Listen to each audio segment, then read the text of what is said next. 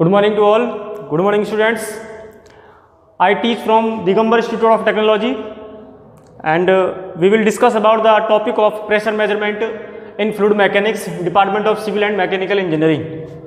ठीक है, तो अभी हम बात कर रहे हैं, लास्ट लेक्चर में अपन ने प्रेशर से रिलेटेड कुछ डिस्कशन किया था कि प्रेशर हेड और लिक्विड में प्रेशर कैसे जनरेट होता है, क्या फॉर्मूला इसका तैयार होता है। तो उसका एक मैं आपको बता देता हूँ, थोड़ा रिपीट कर देता हूँ कि pressure head of a liquid, तो इस लिक्विड में जो प्रेशर हेड कैसे बनता है, क्या इसका फॉर्मूला निकल के आता है, उसके बारे में आज हम डिस्कस करेंगे।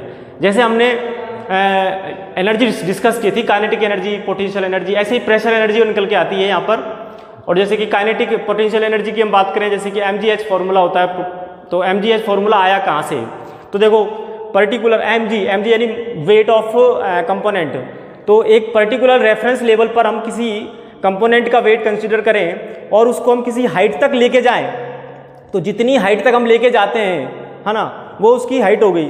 तो इस हाइट से लेके h हाइट तक ले जाने में जो हमारे पास एनर्जी हमको लगती है या एनर्जी रिक्वायर्ड होती है, वो हो गया इसका पोटेंशियल एनर्जी। ठीक है, mgh, मान लो ये कंपोनेंट चौक है, इसका वेट mg है ना, वेट mg है, तो इसको h हाइट तक हम लेके गए, तो h हाइट तक ले जाने में जो एनर्जी हमारी यूज आई वो हो गई mgh। ठीक है, तो इस तरह से हमारे पास प्रेशर एनर्जी भी हम इसके अंदर पढ़ेंगे, और प्रेशर एनर्जी और प्रेशर एनर्जी से प्रेशर हेड जो हम निकल के आएगा वो हम इसको डिस्कस करते हैं। तो फर्स्ट ऑफ ऑल हम ये चीज़ क्लियर कर चुके हैं कि इंटेंसिटी ऑफ प्रेशर और प्रेशर फोर्स दोनों अलग अलग चीज़ें हैं। ठीक है, इंटेंसिटी ऑफ प्रेशर को हमने यहाँ पर स्मॉल पी से डिनोट किया है, स्मॉल पी से, और ये जो प्रेशर है ये प्रेशर फोर्स है, force per unit area, that is called intensity of pressure, force per unit area. तो यहाँ पर जो ये फोर्स लग रहा है वो पर यूनिट एरिया का मतलब है आपके पास जो फोर्स लग रहा है किसी एरिया पर वो नॉर्मल टू द सरफेस है, ये ध्यान रखना। यहाँ पर जो फोर्स लग रहा है इस पर, मान लो मेरे पास ये कोई इस तरह का कोई ब्लॉक है, तो यहाँ पर जो मेरे पास फोर्स लगेगा वो लगेगा normal to the surface, perpendicular. ठीक है, तो इस तरह से हम ये फॉर्मूला हमारे निकल के आता है कि pressure intensity is equal to pressure force upon area. Pressure force को हमने यहाँ पर कैपिटल पी से शो किया है। ठीक है, आगे बढ़ते हैं। Pressure head of a liquid, इसके अंदर हम बात करें तो हमने क्या किया, एक वेसल ले लिया, वेसल के अंदर लिक्विड भर दिया और लिक्विड में वाटर ले लिया जनरली। ठीक है, तो we will put a cylinder, हाँ, तो हम यहाँ पे एक सिलेंडर रख देते हैं। तो सिलेंडर रखने के बाद सिलेंडर में जो लिक्विड कंटेंट किस हाइट तक आ जाता है वो हाइट हमने कंसिडर की है h। ठीक है, अब हम बात करें कि एक स्टेटमेंट आता है, स्टेटमेंट ये है अपना कि the liquid will exert a pressure on all side and bottom of vessel. ठीक है, तो वेसल के बॉटम और ऑल साइड, सभी साइड्स पर, मैंने आपको ये पहले भी आपको क्लियर कहा था कि पास्कल का लॉ बोलता है कि pressure will be equal in all directions.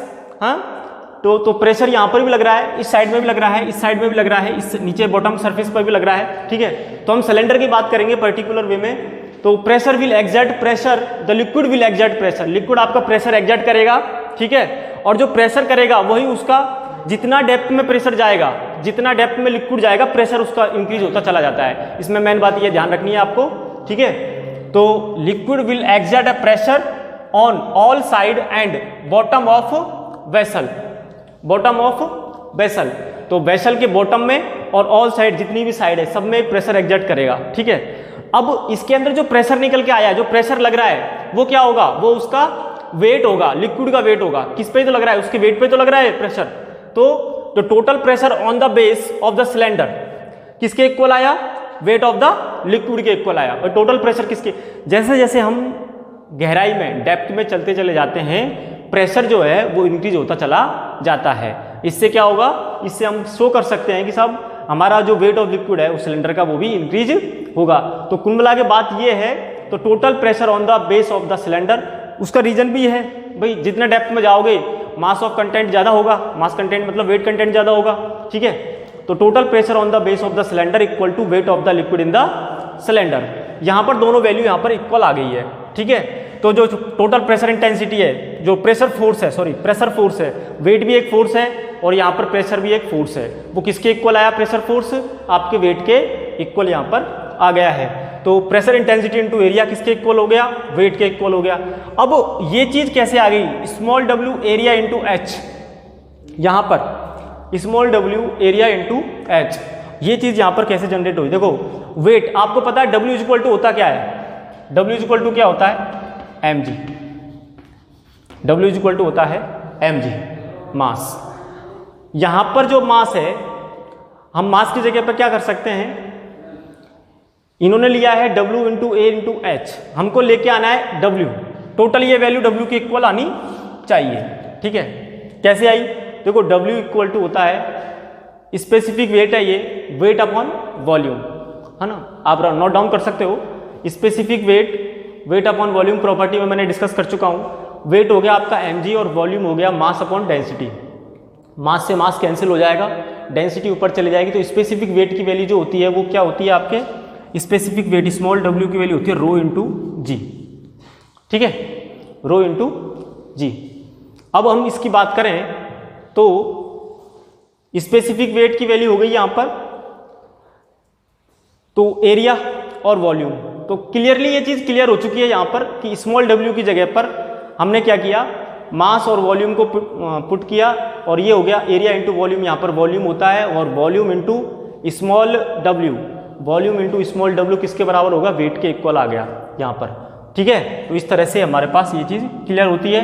तो यहाँ से एरिया कैंसिल आउट हो जाएगा, एरिया से एरिया कैंसिल आउट कर दो आप, तो P जो प्रेशर इंटेंसिटी है उसकी वैल्यू हो गई स्मॉल WH, मतलब स्मॉल w की वैल्यू हो गई रो जी, तो रो जी एच आपका स्मॉल P की वैल्यू जो है प्रेशर इंटेंसिटी रो जी एच निकल के आता है यहाँ पर, ठीक है। ये फॉर्मूला बहुत इंपॉर्टेंट है, बार बार काम आता है। प्रेशर इंटेंसिटी के लिए रो जी एच, है ना। यहाँ से हम हेड निकाल सकते हो प्रेशर के लिए, प्रेशर के लिए हेड निकल जाएगा P अपॉन रो जी, P अपॉन रो जी। यहाँ से ये प्रेशर हेड निकल के आ गया, ठीक है। मतलब जितनी डेप्थ में आप जाएंगे जी की कंडीशन भी चेंज होती है डेप्थ के अकॉर्डिंग, और यहाँ पर आपका जो हाइट है, हाइट उसके अकॉर्डिंग इंटेंसिटी भी चेंज होती है। तो intensity of pressure in a liquid due to its depth will vary directly with the depth, ठीक है।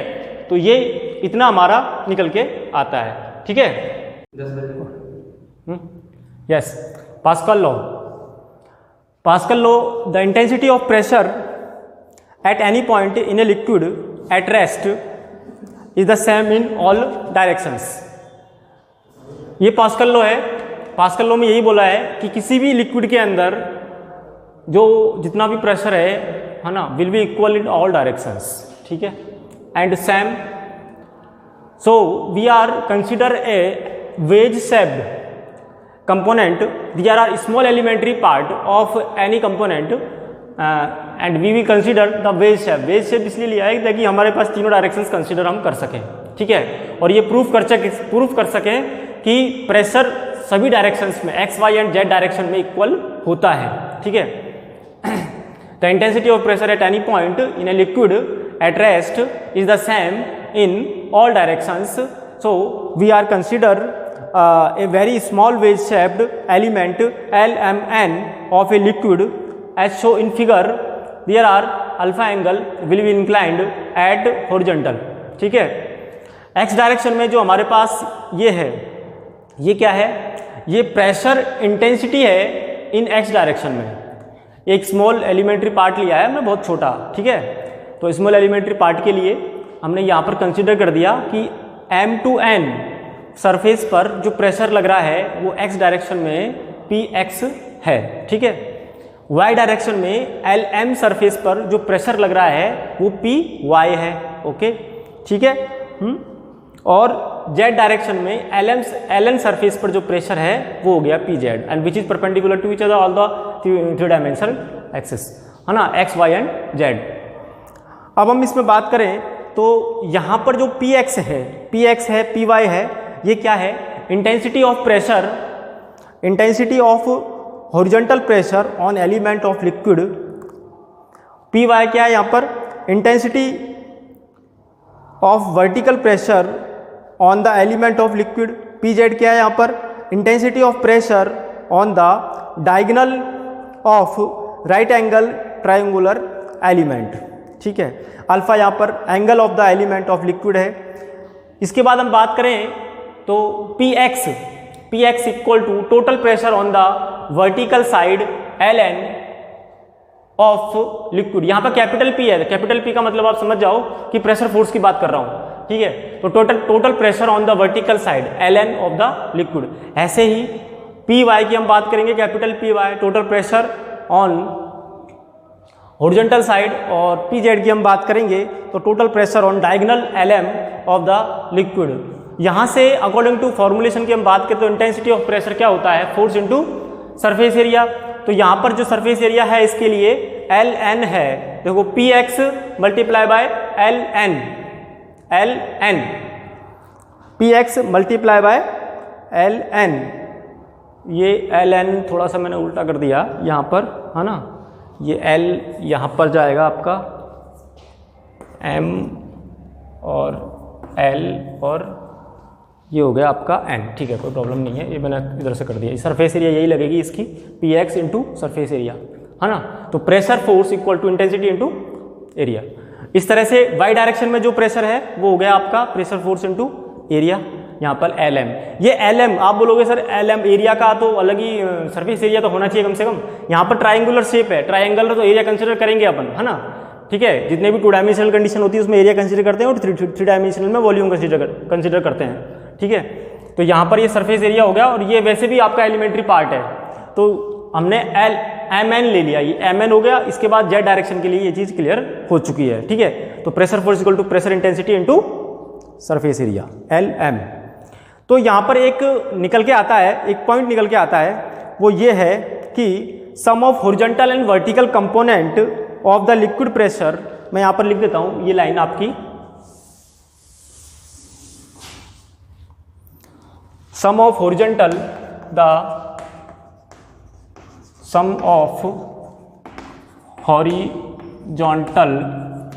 And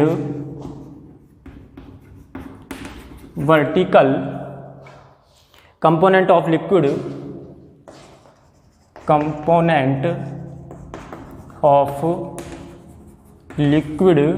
vertical component of liquid pressure must be equal to 0,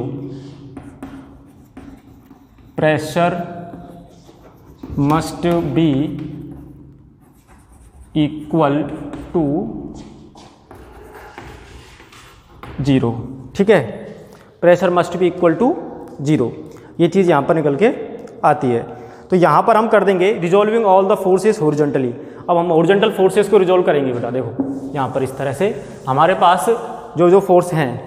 अब मैंने आपको मैकेनिक्स में ही पढ़ोगे आप कि जो इक्विलिब्रियम कंडीशन होती है वो कंडीशन क्या बोलती है कि all the forces will be in equilibrium equal to 0, all the sum of all the forces will be equal to 0 in equilibrium condition, ठीक है। तो sum of all the forces in horizontal direction equal to 0, ये आपकी equilibrium condition होगी। X Y and Z direction में भी होती है, मूवमेंट के लिए भी आपकी यही कंडीशन लगती है equilibrium condition. Equilibrium condition generally एक मोटे मोटे वे में आपको बताऊं मैं, तो ये एक बैलेंसिंग पोजीशन होती है, ठीक है। अब हम बात कर रहे हैं, देखो आपको इक्विलिब्रियम कंडीशन में लगाने के लिए जो भी हमारे पास फोर्स है एक्स या वाई डायरेक्शन में, सबसे बड़ी बात तो ये है कि आपका जो फोर्स है वो या तो हॉरिजॉन्टल होना चाहिए या वर्टिकल होना चाहिए, है ना, तभी जाके आप इक्विलिब्रियम कंडीशन में उसको सेटिस्फाई कर पाओगे। तो यहाँ पर जो मेरे पास फोर्स है जेड डायरेक्शन में वो हॉरिजॉन्टल भी नहीं है वर्टिकल भी नहीं, तो इसके लिए क्या करेंगे, कंपोनेंट लेंगे हम, ये कंपोनेंट होंगे इस तरह से, ठीक है। तो ये हॉरिजॉन्टल कंपोनेंट है, ये वर्टिकल कंपोनेंट है, ठीक है। अब हॉरिजॉन्टल कंपोनेंट की हम बात करें तो हमारे पास यहाँ से ये एंगल तैयार होके आएगा, यहाँ से ये एंगल निकल के आएगा, इसको हम बोलेंगे अल्फा, ठीक है। ये एंगल कैसे निकल के आता है, आप बोलोगे सर ये अल्फा जो एंगल है वो कैसे बन गया। देखो भाई इसके बनने की कहानी देखो आप, ये अल्फा है मान लिया, ठीक है, यहाँ से ये वर्टिकल है और ये हॉरिजॉन्टल हो गया। मैं इसको इस पॉइंट पे लेके आता हूँ तो आपको बहुत अच्छे समझ में आएगा, ठीक है। ये मेरे पास PZ था, ठीक है, यहाँ पर, और मेरा ये वर्टिकल कंपोनेंट है, तो ये अल्फा ये है।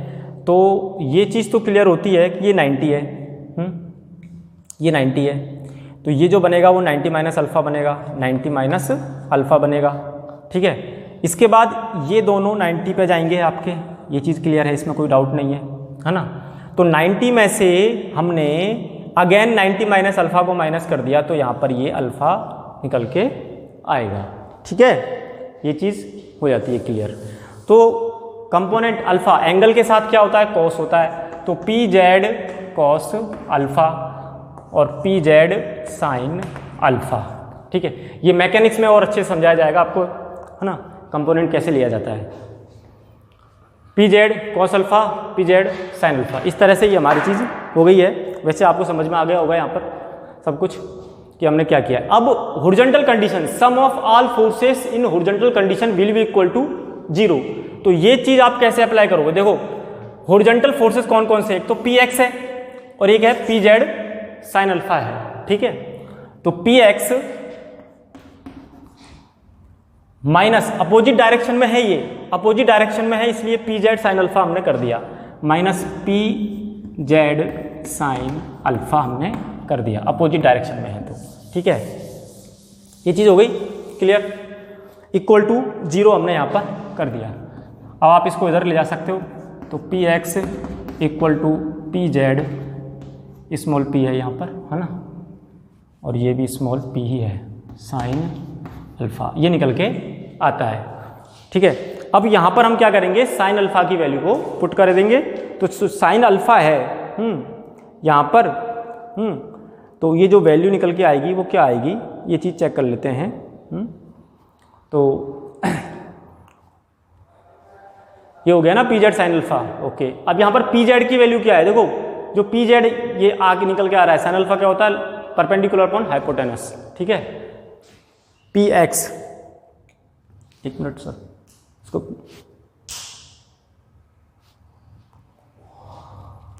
एक सेकंड,